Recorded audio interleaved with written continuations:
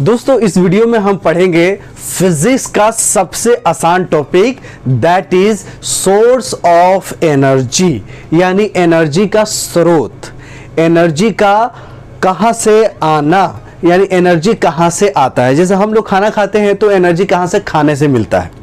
तो हम लोग इस वीडियो में पढ़ेंगे सोर्स ऑफ एनर्जी और आप देखेंगे, आपको सिर्फ टॉपिक पढ़ के बता देता हूं, renewable, non renewable fuels, conventional source of energy, fossil fuel, coal, petroleum, petroleum gas, natural gas.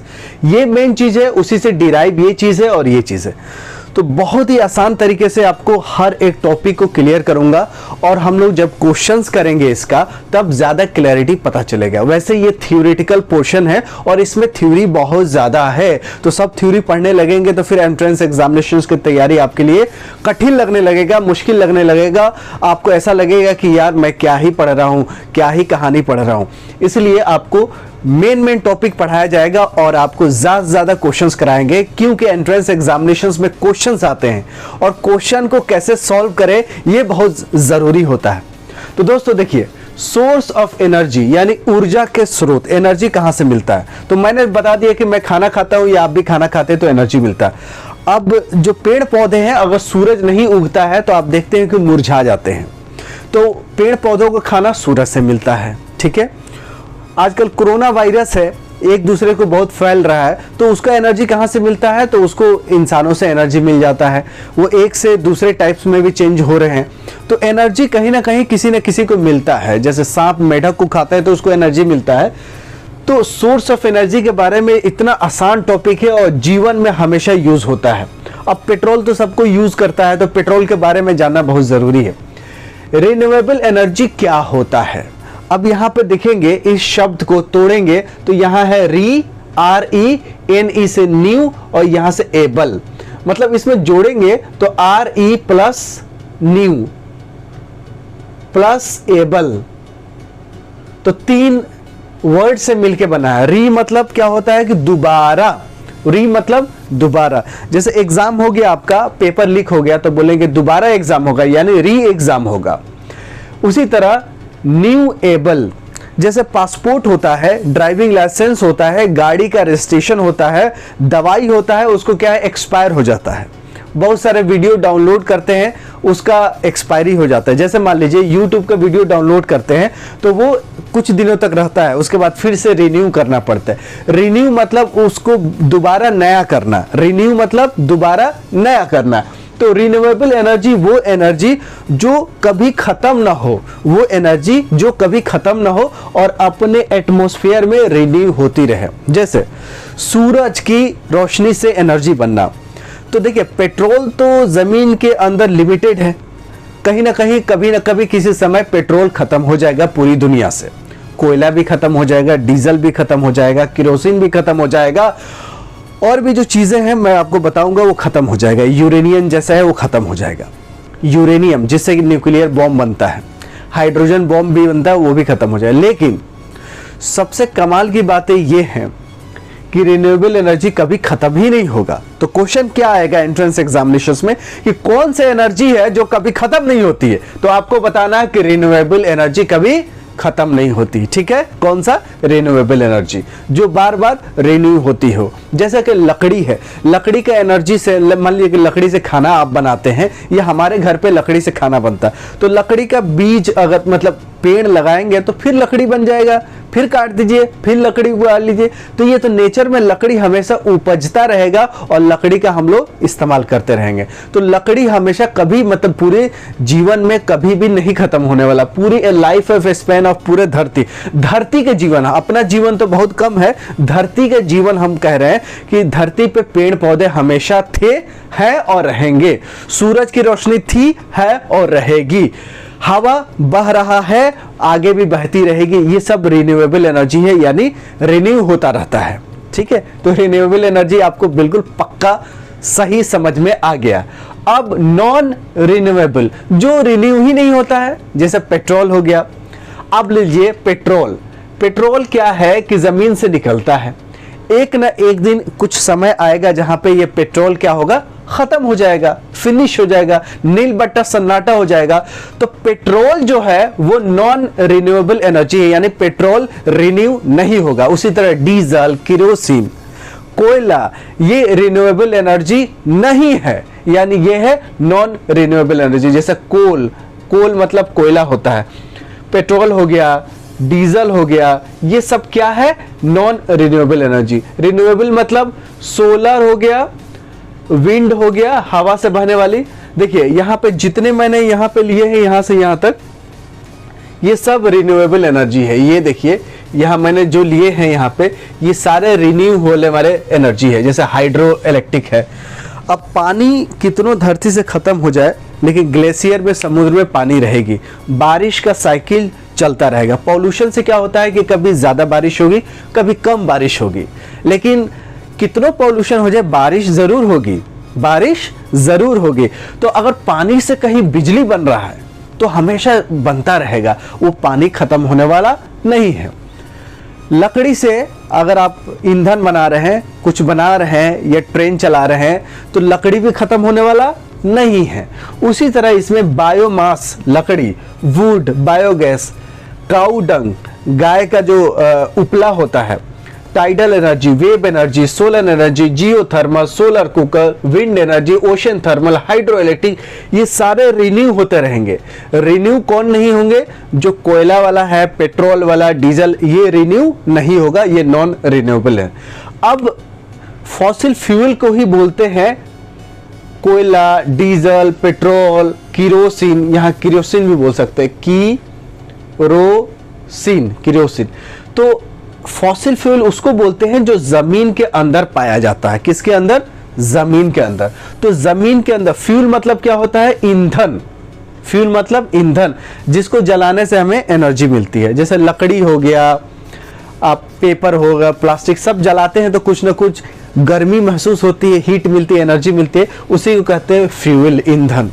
Fuel से ही खाना बनता है, आपके घर में डेली खाना बनता होगा। एलपीजी सिलेंडर क्या है? वो भी फ्यूल है। अब फॉसिल फ्यूल जो है वो फ्यूल है जो जमीन के अंदर पाया जाता है। अब यहां देखिए कन्वेंशनल सोर्स ऑफ एनर्जी। अब कन्वेंशनल सोर्स ऑफ एनर्जी भी यही होता है। किरोसिन, कोयला, डीजल, पेट्रोल, ये सारे क्या है? कन्वेंशनल एनर्जी सोर्सेज है। इसमें लकड़ी भी आ जाता है। फ्यूल मतलब वो होता है जो ईंधन होता है। अब मैं आपको एग्जांपल लेके बताता हूं कि सोर्स ऑफ एनर्जी जो है, इसमें क्या होता है? कैलोरीफिक वैल्यू होती है। क्या होती है? Calorific value. जैसे मान लीजिए लकड़ी के हुआ 17, लकड़ी का होता है 17 किलो जूल, 17 किलो जूल पर ग्राम। हाइड्रोजन का होता है 150 किलो जूल पर ग्राम। तो ये देखिए,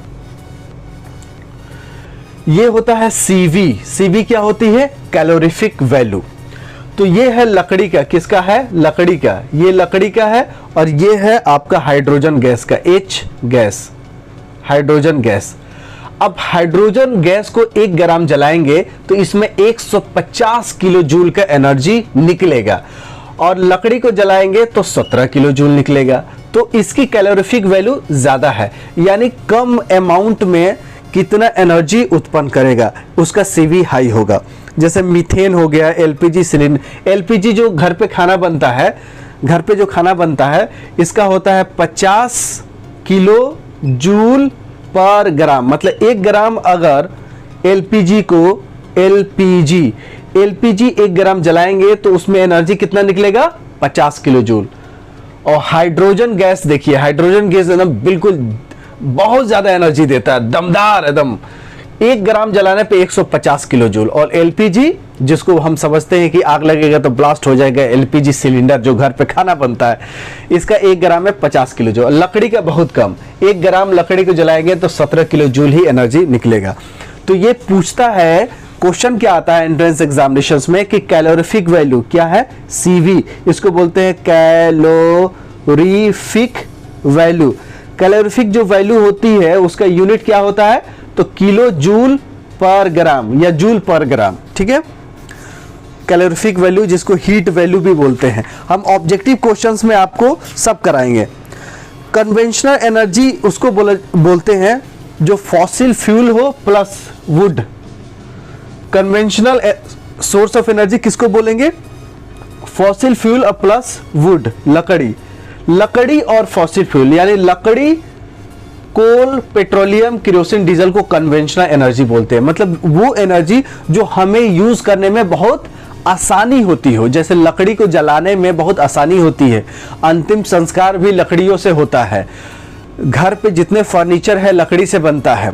तो लकड़ी पुराने ज़माने से हम लोग इस्तेमाल करते आ रहे हैं, जैसे उसे खाना बनाना हो, फर्नीचर बनाना हो, या उसको हथियार की तरह भी, डंडा की तरह यूज़ करते थे। तो लकड़ी जो है वो एक तरह का कन्वेंशनल एनर्जी है, फॉसिल नहीं है, ज़मीन में नहीं होता, लेकिन कन्वेंशनल है, आसानी है। उसी तरह केरोसिन, पेट्रोलियम, डीजल, ये सब क्या है? कन्वेंशनल है। कोयला से आप देखेंगे पुराने ज़माने में भी, गाँव में भी चाय बनता था कोयले से खाने बनता था। होटल पे जितने भी होटल होते थे पुराने ज़माने में, सब कोयले से ही वो लोग काम चलाते थे। घर में कम यूज़ करते थे, घर में खेती बाड़ी होती थी, उससे जो खेत का वेस्ट होता था, बेकार जो चीज़ें होती, जैसे अरहर का खेती हुआ तो अरहर का तो दाल निकल गया, लेकिन उसको जो डंडा होता था उसको खाना पकाने का काम आता था। जैसे लकड़ी चिराई होती तो वहाँ भूसी निकलती, उसको भी हम लोग खाना बनाने में पुराने ज़माने में यूज़ करते थे, भूसी जो भर भर के आते थे बोरे में। तो आजकल तो एलपीजी सबको यूज करता है। तो क्वेश्चन किस टाइप से आता है आपके एंट्रेंस एग्जामिनेशन में कि कैलोरीफिक वैल्यू को क्या बोलते हैं? तो हीट वैल्यू भी बोलते हैं। और इसका यूनिट क्या होता है, इकाई क्या होता है? तो जूल पर ग्राम, कि 1 ग्राम जलाने पे कितना ऊर्जा निकलेगी, उसको बोलते हैं कैलोरीफिक वैल्यू। कन्वेंशनल एनर्जी वो होता है जो फॉसिल फ्यूल प्लस लकड़ी को मिला देंगे तो कन्वेंशनल होगा। फॉसिल वो होगा जो जमीन के अंदर होगा, रिन्यूएबल वो होगा जो रिन्यू होता रहेगा, नॉन रिन्यूएबल वो होगा जो रिन्यू ही नहीं होगा। ठीक है, फ्यूल मतलब ईंधन। अब इसमें पेट्रोलियम है और पेट्रोलियम गैस है। तो पेट्रोलियम जो है, हम लोग पेट्रोल, डीजल, केरोसिन, ये सब किससे निकलता है? पेट्रोलियम से निकलता है। तो हम लोग समझते हैं कि पेट्रोलियम मतलब क्या होता है? पेट्रोल होता नहीं। पेट्रोलियम और पेट्रोल में बहुत अंतर है। पेट्रोलियम में क्या निकलेगा? पेट्रोलियम में पेट्रोल निकलेगा, डीजल निकलेगा, केरोसिन निकलेगा, वैसलीन जो लगाते हैं, होठ पे भी लगाते हैं तो वैसलीन निकलेगा, ग्रीस निकलेगा। ग्रीस जो होता है ना, बियरिंग में लगाते हैं, साइकिल या बाइसिकल में ग्रीस लगाते हैं, ये सब पेट्रोलियम से बनता है। यानी हम लोग सऊदी अरबिया से या कहीं से पेट्रोल मंगाते हैं और ये आता है, और इंडिया के रिफाइनरी में जब पेट्रोलियम को रिफाइन किया जाता है फ्रैक्शन डिस्टिलेशन से, तो पेट्रोल अलग किया जाता है, डीजल अलग किया जाता है, केरोसिन अलग किया जाता है, और जो जेली होठ पे लगाते हैं ना वैसलीन, वो भी पेट्रोलियम से ही निकलता है।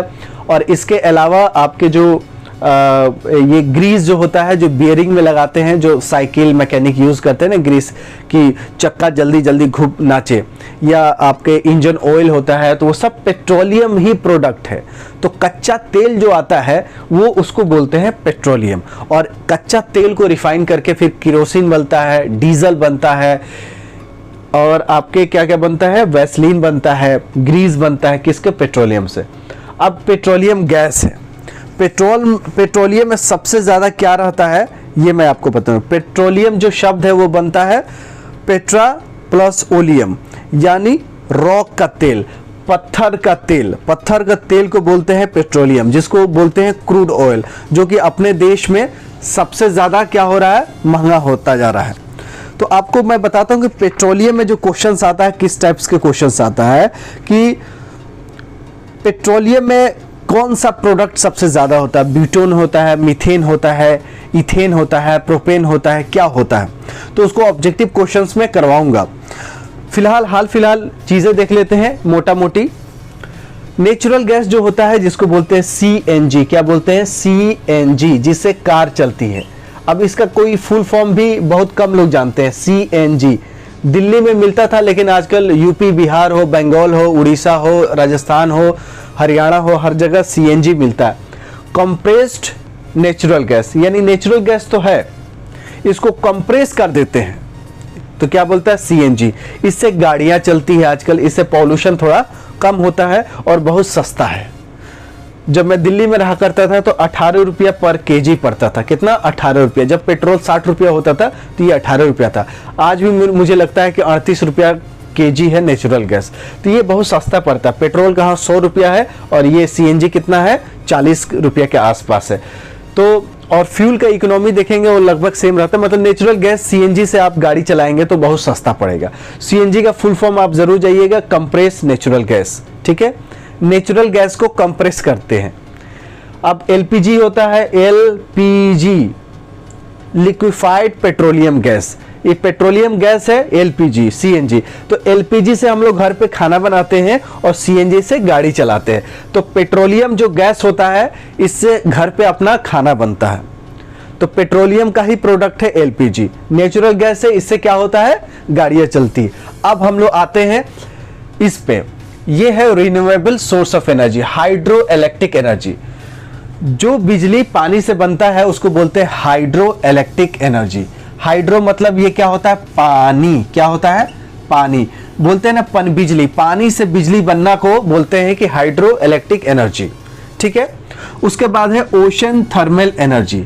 अब ओशन क्या होता है, समुद्र होता है। समुद्र में से क्या होता है कि समुद्र के नीचे, समुद्र देखेंगे, ये मान लीजिए समुद्र है, ये समुद्र है, तो इसमें देखेंगे कि ऊपर का टेम्परेचर कुछ और रहता है और नीचे का अंदर का टेम्परेचर कुछ और रहता है।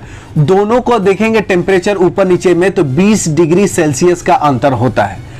तो उस अंतर को यूटिलाइज करके एनर्जी बनाएंगे, उसको बोलते हैं ओशन थर्मल एनर्जी। मतलब ओशन मतलब समुद्र की गर्मी की एनर्जी, क्योंकि ओशन का ऊपरी तट पे जो टेम्परेचर होता है नीचे वाले पे अंतर होता है 20 डिग्री का, ठीक है। अब विंड एनर्जी है। विंड एनर्जी क्या होता है कि एक पवन चक्की हम लोग बनाते हैं, जैसे ऐसे पंखा बना दिया और इसमें लगा दिया जनरेटर, ठीक है, ये जनरेटर लगा दिया जी, तो हवा बहेगा, ठीक है। ये सपोर्ट एक रख देते हैं, यहाँ पे भी एक सपोर्ट मान लीजिए, एक ही रख देते हैं सपोर्ट, ठीक है। एक सपोर्ट रखिए, हवा बहा इधर से इधर से, तो ये पंखा नाचा, पंखा नाचा तो जनरेटर को नचाया, जनरेटर को नचाया तो ये बिजली पैदा किया, तो इसको बोलेंगे विंड एनर्जी। अब विंड एनर्जी हर जगह नहीं अवेलेबल है, जैसे कन्याकुमारी हो गया, गुजरात हुआ, जहां पे सालों भर हवाएं बहती है तेज, वहीं पे विंड एनर्जी पॉसिबल है। अब मान लीजिए कि यूपी, बिहार, बंगाल, यहाँ पे कभी कभी ज्यादा तेज हवाएं बहती, कभी हल्की, कभी बहती भी नहीं है, उमस हो जाती है, तो वहां पे हम लोग विंड एनर्जी का इस्तेमाल नहीं कर सकते। तो विंड एनर्जी मतलब पवन चक्की। अब इसमें क्वेश्चन ये आता है कि कितना मिनिमम एयर की स्पीड होना चाहिए, कितना मिनिमम एयर की स्पीड होना चाहिए जिससे हम लोग बिजली बना सके। विंड एनर्जी ऑब्जेक्टिव क्वेश्चंस में करेंगे। सोलर एनर्जी देखिए, सोलर एनर्जी वो है जो सूरज से ही रोशनी से बिजली उत्पन्न करते हैं। तो आजकल गांव-गांव में भी सोलर पैनल लग रहा है कि सोलर से क्या होता है, बिजली बनती है। सोलर से हम लोग बहुत सारी चीजें काम कर सकते हैं, जैसे सोलर कुकर, सोलर से हम लोग खाना भी बना सकते हैं। पहले कैलकुलेटर में एक छोटा सा सोलर का विंडो देता था और वहां पे क्या होता था कि उसमें बैटरी भी रहता था और सोलर से भी यूज करता था, तो वो बहुत ज्यादा दिन तक कैलकुलेटर चलता था। घड़ी में भी केसीयू का आया था कि थोड़ा सा सोलर का पैनल दे दिया था कि सूरज के रोशनी से उसको एनर्जी मिलता रहेगा, तो बैटरी बहुत लॉन्ग लास्टिंग चलेगी।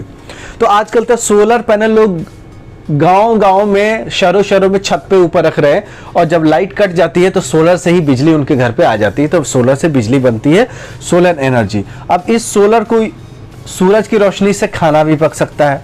इसमें अब सोलर कुकर में दो टाइप के होता है, एक बॉक्स टाइप के होता है, एक कंसंट्रेटर टाइप का होता है। तो कंसंट्रेटर टाइप होता है, उसमें 200 डिग्री सेल्सियस तक टेम्परेचर जा सकता है। तो जो कंसंट्रेटेड टाइप का रिफ्लेक्टर होता है वो ज्यादा इफेक्टिव होता है। तो सोलर कुकर भी दो टाइप के हैं, बॉक्स टाइप के है और रिफ्लेक्टर टाइप के। तो बॉक्स टाइप जो है वो रिफ्लेक्टर से कम एनर्जी प्रोड्यूस करता है, जो रिफ्लेक्टर होता है जिसमें कंसंट्रेटेड होता है उसमें ज्यादा एनर्जी प्रोड्यूस होता है। तो सोलर से खाना भी बन सकता है, सोलर से बिजली भी बन सकता है, सोलर से बहुत कुछ हो सकता है। जैसे सोलर पंप हो सकता है कि जैसे मान लीजिए कहीं बिजली ही नहीं आती है तो सोलर के पैनल लगा दिया और वहां पे एक छोटा मोटर लगा के पंप लगा दिया, वो पानी निकलने लगेगा। सोलर से हम लोग गेहूं भी पीस सकते हैं, मतलब सोलर की बिजली आई और मोटर लगा, मोटर घुमाएगा चक्की को, चक्की पीस देगा। तो सोलर एनर्जी मतलब सोलर एनर्जी बिजली बन गया, उससे कुछ भी कर सकते हैं। सोलर कुकर जैसे खाना बनता है। जियोथर्मल एनर्जी, अब जियोथर्मल एनर्जी क्या होता है आपको यहाँ पे बता देता हूँ। मान लीजिए कि पृथ्वी है गोल, ठीक है, इसमें क्या कीजिए कि एक यहाँ से होल कीजिए और ये इधर निकाल दीजिए। एक होल हम लोग कर रहे हैं, तो इधर से मान लीजिए पानी डालिए और इधर से क्या निकलेगा, भाप निकलेगा। क्या निकलेगा, इधर से वाटर डालिए, वाटर, और इधर से आपको स्टीम मिल जाएगा। क्या मिल जाएगा, स्टीम मिल जाएगा। क्यों, क्योंकि अपना जो पृथ्वी है वो खुद ही गर्म है, नीचे और गर्म है, तो एक होल बनाए और इधर से घुसे और इधर निकाल दें, तो इसको बोलेंगे क्या एनर्जी, जियोथर्मल एनर्जी। यानी धरती से जो धरती के जो गर्माहट है, जो जिस धरती पे हम लोहे इसके अंदर जाएंगे तो बिल्कुल मोल्टेन क्या है, आयरन है, एकदम गर्म लोहा है। आपको यकीन नहीं आ रहा है तो खोद के देखेंगे तो पता चल जाएगा, या स्टडी कीजिएगा। तो अपना जो धरती है वो धरती के नीचे जितना जाएगा गर्म है, बहुत गर्म है। उसी गर्मी को यूज करके हम लोग बिजली बना सकते हैं। कैसे बना सकते हैं वो मैंने आपको बताया कि ये गोल धरती है, इसमें से एक होल इधर कर दीजिए और इधर निकाल दीजिए, तो इधर से पानी दीजिए और दूसरे साइड से स्टीम निकलेगा। अभी ये जब स्टीम निकल गया तो इसे टरबाइन से जनरेटर में बना लीजिए, ठीक है, तो आपको बिजली मिल जाएगा। और भी बहुत सारे काम स्टीम का कर सकते हैं, तो इसको बोलते हैं जियोथर्मल एनर्जी। यानी धरती से जो गर्माहट निकलती है धरती से, उससे कैसे हम लोग एनर्जी के रूप में कन्वर्ट कर सकते हैं। सोलर सेल आपको बता दिया, वही सोलर एनर्जी की। ये फ्लैट पैनल है, ये देखिए ये पैनल है, इस पे सोलर की रोशनी पड़ी और इससे इसमें क्या है, ये ऊपर ग्लास टॉप होता है, ठीक है, और यहाँ पे एक स्टैचू टाइप के एक स्ट्रक्चर बना देते हैं जो इसको पकड़े रहता है। सूरज की रोशनी ऐसे पड़ी और इस पे सोलर एनर्जी उत्पन्न होती है, यानी बिजली बनती है। और बिजली बनती है तो इस पे कितने सोलर सेल लगते हैं, बहुत सारे छोटे छोटे बहुत सारे सोलर सेल लगते हैं। एक सोलर सेल 1.2 वोल्ट पैदा करता है। कितना, 1.2 वोल्ट। तो ये बहुत सारे सोलर सेल जोड़ के हम लोग किसी तरह 230 वोल्ट में हम लोग कन्वर्ट कर लेते हैं, तो इसको बोलते हैं सोलर सेल। अब बायोमास एनर्जी क्या है, मास तो समझते हैं ना, ये मास है, मास जिसको बोलते हैं, समझिए मास है। तो बायोमास एनर्जी, इंसान भी जल जाएगा, लकड़ियों की तरह जल जाता है, इसीलिए अंतिम संस्कार में पता चलता है। बायोमास, बायोमास जो है, बायो मतलब लकड़ी का, इंसान का, जानवर को जलने से जो एनर्जी निकलेगी उसको बायोमास एनर्जी बोलते हैं। जैसे पेड़ पौधे जलाते हैं तो एनर्जी निकलता है ना, उस पेड़ पौधे में एनर्जी कहाँ आता है बताइए। सूरज की रोशनी ऊपर पड़ती है, सूरज की रोशनी से वो खाना लेता है पेड़, और वही सूरज की रोशनी उसके अंदर कंजर्व रहता है और बड़ा होता है। उस लकड़ी को जलाते हैं तो फिर वो गर्मी निकलती है, तो सूरज से आया हुआ, सूरज के खाना वो खाता है, खुद गर्म हो जाता है। जब लकड़ी को जलाते हैं तो गर्मी देता है। तो लकड़ी का जो एनर्जी है, लकड़ी को जलाने पे या इंसान के या जानवर को जलाने पे, जानवर को, इंसान को, लकड़ी को जलाने पे जो एनर्जी मिलता है उसको बोलते हैं बायोमास एनर्जी, ठीक है। जैसे वुड हो गया, काऊ डंग हो गया, भाई गाय का गोबर जो जलाएंगे या बैल का गोबर जलाएंगे उससे भी एनर्जी निकलता है। गांव में देखते हैं ना, पाकते हैं लोग कि उसको रेक्टेंगल बना के ऐसे रखते हैं, गोल भी कोई बना के रखता है, कोई दीवार पे ऐसे चिपका देता है गोबर को, उसको बोलते हैं काऊ डंग, उससे भी एनर्जी निकलता है। बायोगैस हो गया, पुराने जमाने में ना बायोगैस का इस्तेमाल कर, टॉयलेट जो होता था घर का, एक टैंक बनाते थे, उस टैंक्स में जो गैस उत्पन्न होती थी एनारोबिक रिएक्शन से, तो उस गैस से हम लोग बिजली बनता था, उस गैस से खाने भी बनता था, उसको बोलते हैं बायोगैस। बायोगैस बनता था बायोगैस प्लांट में। लकड़ी में क्या रहता है, बायोमास। इंसान में भी बायोमास रहता है और लकड़ी में भी बायोमास रहता है। अब देखिए दो बचा हुआ है टॉपिक, क्या है, टाइडल एनर्जी और वेव एनर्जी। अब वेव एनर्जी क्या होता है, देखिए समुद्र है, समुद्र में देखते हैं कैसे लहरें आती हैं, कभी आजकल इंस्टाग्राम पे या फेसबुक पे देखते होंगे, आती है एकदम जोर से पानी, फिर चली जाती है, फिर आती है, फिर चली जाती है। तो देखिए वेव जो उत्पन्न होता है उससे हम लोग बिजली बना सकते हैं। टाइडल, देखिए टाइडल क्या होता है, एक हाई टाइड होता है, एक लो टाइड होता है। मून की वजह से, चांद की वजह से, ग्रेविटी की वजह से हाइड एंड सीक होता है। उसमें क्या होता है कि एक साइड पानी जाती है धीरे धीरे धीरे, फिर दूसरी साइड में धीरे धीरे आती है। वेव तो हमेशा वेव ऐसे चलता रहेगा, वो कंटिन्यूअस है। ये दोनों क्या होता है, दोनों जो एनर्जी होता है ना, चाहे टाइडल हो चाहे वेव हो, ये कहाँ होता है, समुद्र में होता है। कहाँ होता है, क्वेश्चन आ जाए आपको एंट्रेंस एग्जामिनेशन में कि टाइडल एनर्जी और वेव एनर्जी कहाँ पाया जाता है, समुद्र में पाया जाता है। अब वेव एनर्जी क्या होता है कि देखिए वेव चल रही है और क्या कीजिए, यहाँ पे ऐसे चक्र लगा दीजिए, ठीक है, और दीवार बना दीजिए, कहाँ पे, समुद्र में मैं कह रहा हूं। समुद्र में है, ऐसा दीवार बना दीजिए और चक्कर बना दीजिए, तो जैसे ये पानी का लहर आएगी तो इस चक्का को घुमाएगी, चक्का को घुमाएगी तो यहाँ जनरेटर एक लगा दीजिए, जैसे जनरेटर लगाएगा जनरेटर घूमेगा, बिजली उत्पन्न होगा। उसी तरह टाइडल एनर्जी है, टाइडल एनर्जी भी इसी टाइप की होती है, लेकिन पूरे 24 घंटे में हम मानते हैं, मान लीजिए कि 2 टाइड होता है, एक हाई टाइड एक लो टाइड। तो हाई टाइड में पूरा पानी इधर जाएगा और फिर दूसरा लौट के आएगा, ठीक है। सी वेव में तो बराबर वेव जनरेट होते रहेगी, लेकिन टाइडल वेव में एक बार जाएगा दो बार आएगा। तो दोनों से ही हम लोग क्या कर सकते हैं, पंखी का स्ट्रक्चर बना सकते हैं और उससे बिजली बना सकते हैं। यानी समुद्र से भी हम लोग बिजली समुद्र के पानी से बना सकते हैं, लहरें से। उसके जो लहर होती है समुद्र की, वो हम लोग बनाते हैं तो नहीं, नेचुरली लहर होती है, उस लहर को हम लोग उपयोग करके बिजली बना सकते हैं। क्योंकि कोयला पेट्रोल तो एक दिन खत्म हो जाएगा, फिर हम लोग करेंगे क्या, कुछ तो करना पड़ेगा ना, इंसान को एनर्जी चाहिए, लाइट चाहिए, बिजली चाहिए, मोबाइल चार्ज के लिए भी तो इलेक्ट्रिसिटी चाहिए, कहाँ से आएगी, समुद्र से बना लिया जाएगा बाद में, ठीक है। तो ये मैं टॉपिक आपको ब्रीफ कर रहा हूं, इस पे हम क्वेश्चंस करेंगे, ऑब्जेक्टिव क्वेश्चंस, तो आपको बहुत ज्यादा क्लियर होगा। न्यूक्लियर एनर्जी क्या होता है, आपको बताया था कि न्यूक्लियस कहाँ होता है। जैसे मान लीजिए ये एक एटम है, इसके बीच में न्यूक्लियस होता है, इसके चारों तरफ क्या होते हैं, इलेक्ट्रॉन होते हैं। क्या होता है, इलेक्ट्रॉन होता है। बीच में क्या होता है, प्रोटॉन और न्यूट्रॉन। किस में रहता है, न्यूक्लियस में। ये क्या है, न्यूक्लियस, न्यूक्लियस है, ठीक है। तो एटॉमिक एनर्जी को यूज करके जो एनर्जी हम बनाएंगे वो न्यूक्लियर एनर्जी होगा। अब न्यूक्लियर एनर्जी में आपने सुना होगा कि यूरेनियम, प्लूटोनियम, थोरियम, ये सब क्या है, रेडियो एक्टिव एलिमेंट्स है। क्या है, रेडियो एक्टिव एलिमेंट्स। इससे बड़ा बड़ा बॉम्ब बनता है। नॉर्थ कोरिया का नाम आपने सुना होगा। न्यूक्लियर एनर्जी से 2 प्रोसेस होता है, न्यूक्लियर फिजन होता है और न्यूक्लियर फ्यूजन होता है। रेनॉल्ड्स के आजकल पेन आता था फ्यूजन। 2 रिएक्शन है, बहुत ही इंपॉर्टेंट रिएक्शन है, न्यूक्लियर फिजन और न्यूक्लियर फ्यूजन। यहाँ फ्यूजन है या फिजन है, लास्ट में जन सब में है, लास्ट में जन सब में है, ये जन सब में है लास्ट, और एफ भी इसमें भी है, इसमें भी है। अंतर इसमें यू का है, इसमें अंतर आई का है, आई एस। तो इसमें फिजन है, इसमें फ्यूजन है। देखिए मैं हिंदी में भी लिख देता हूं, फ्यूजन, फ्यूजन, ये है फीजन, फीजन, फीजन, फीजन और फ्यूजन, फ्यू फ्यू फ्यू फी फी फी फीजन। अब इसमें क्या होता है, फीजन मतलब होता है टूटना, फीजन मतलब टूटना और फ्यूजन मतलब जुटना। तो अगर क्वेश्चन ये आता है कि सूरज इतना एनर्जी कितने सदियों से देते आ रहा है, उसमें उस सूरज में क्या रिएक्शन होता है, सूरज में, सन में, आफताब में, आफताब को ही सूरज बोलते हैं, सूरज को आफताब बोलते हैं। तो उस सूरज में क्या रिएक्शन होता है, फ्यूजन होता है कि फ्यूजन होता है। तो देखिए रेनॉल्ड्स पेन आता है, उसमें लिखा रहता है फ्यूजन, यहाँ पे ब्लू कलर का फ्यूजन, 5 रुपया में आता था।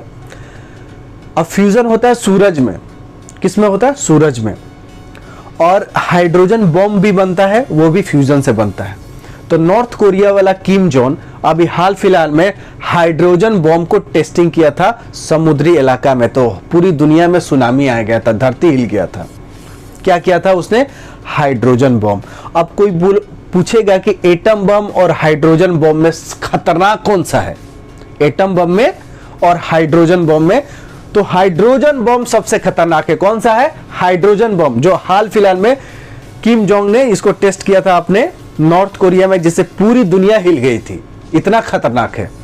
और न्यूक्लियर जो बॉम्ब है, हिरोशिमा और नागासाकी में 1945 में 6 अगस्त को और 9 अगस्त को अमेरिका ने जापान पे बॉम्ब गिराया था, न्यूक्लियर बॉम्ब, जो बहुत सदियों से वहां बच्चे अभी लंगड़े लुझे पैदा होते हैं। उस 1945 का असर अभी भी है, बहुत साल हो गया लेकिन फिर भी असर होता है। तो न्यूक्लियर बॉम्ब इतना खतरनाक है।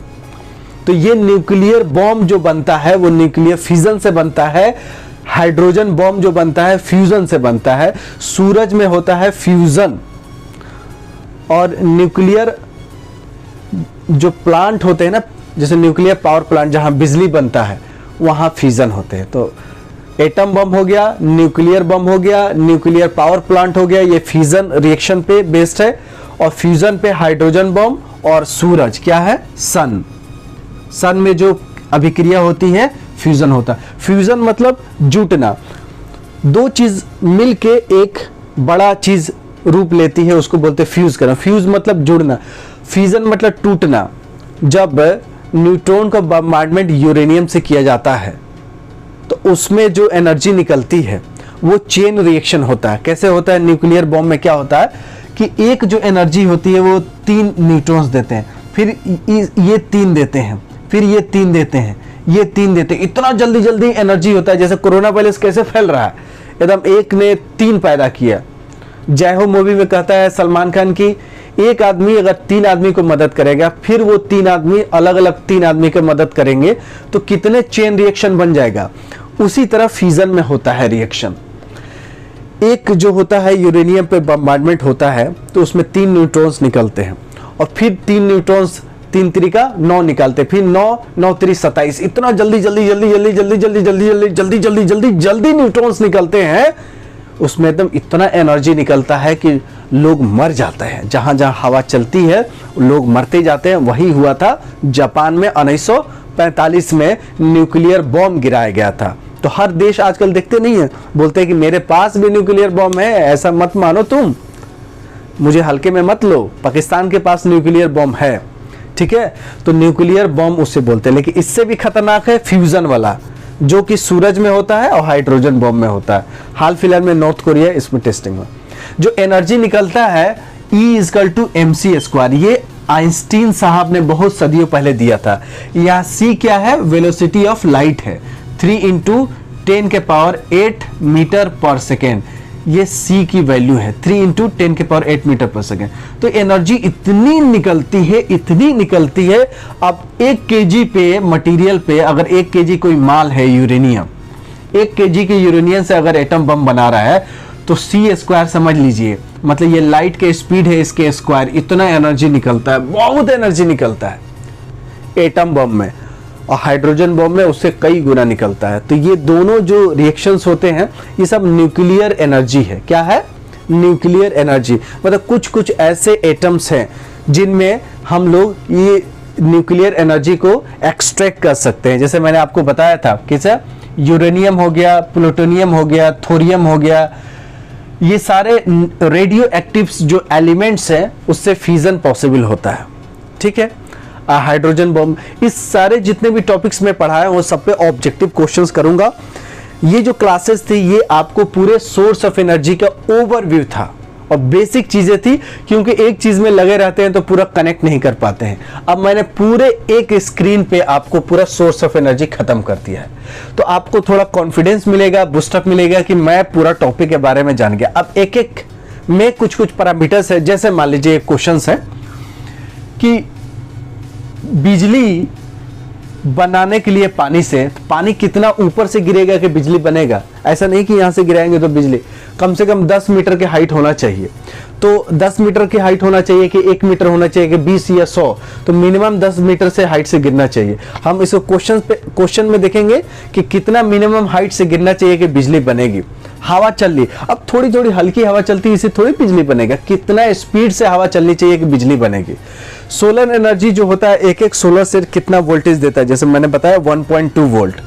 उसी तरह बायोमास एनर्जी में मीथेन होता है, ब्यूटेन होता है कि प्रोपेन होता है। तो किस एनर्जी में क्या होता है वो आपको ऑब्जेक्टिव क्वेश्चन से पता चलेगा, ठीक है। बाकी ये वीडियो को 1-2 बार देखिएगा तो और मजा आएगा, क्योंकि डेली यूज करते हैं आप लोग पेट्रोल, डीजल, कोयला, तो और मजा आने वाला है। लकड़ी तो यूज करते ही करते हैं।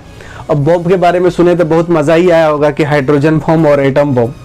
तो आपको ये जो यूनिट है बहुत इंटरेस्टिंग है, ज्यादातर थ्योरी है, फैक्ट्स एंड फिगर्स है, आपको बहुत मजा आने वाला है, ठीक है। तो मिलेंगे अगले वीडियो में ऑब्जेक्टिव क्वेश्चंस के साथ। तब तक you take good care of yourself. जय हिंद, जय भारत।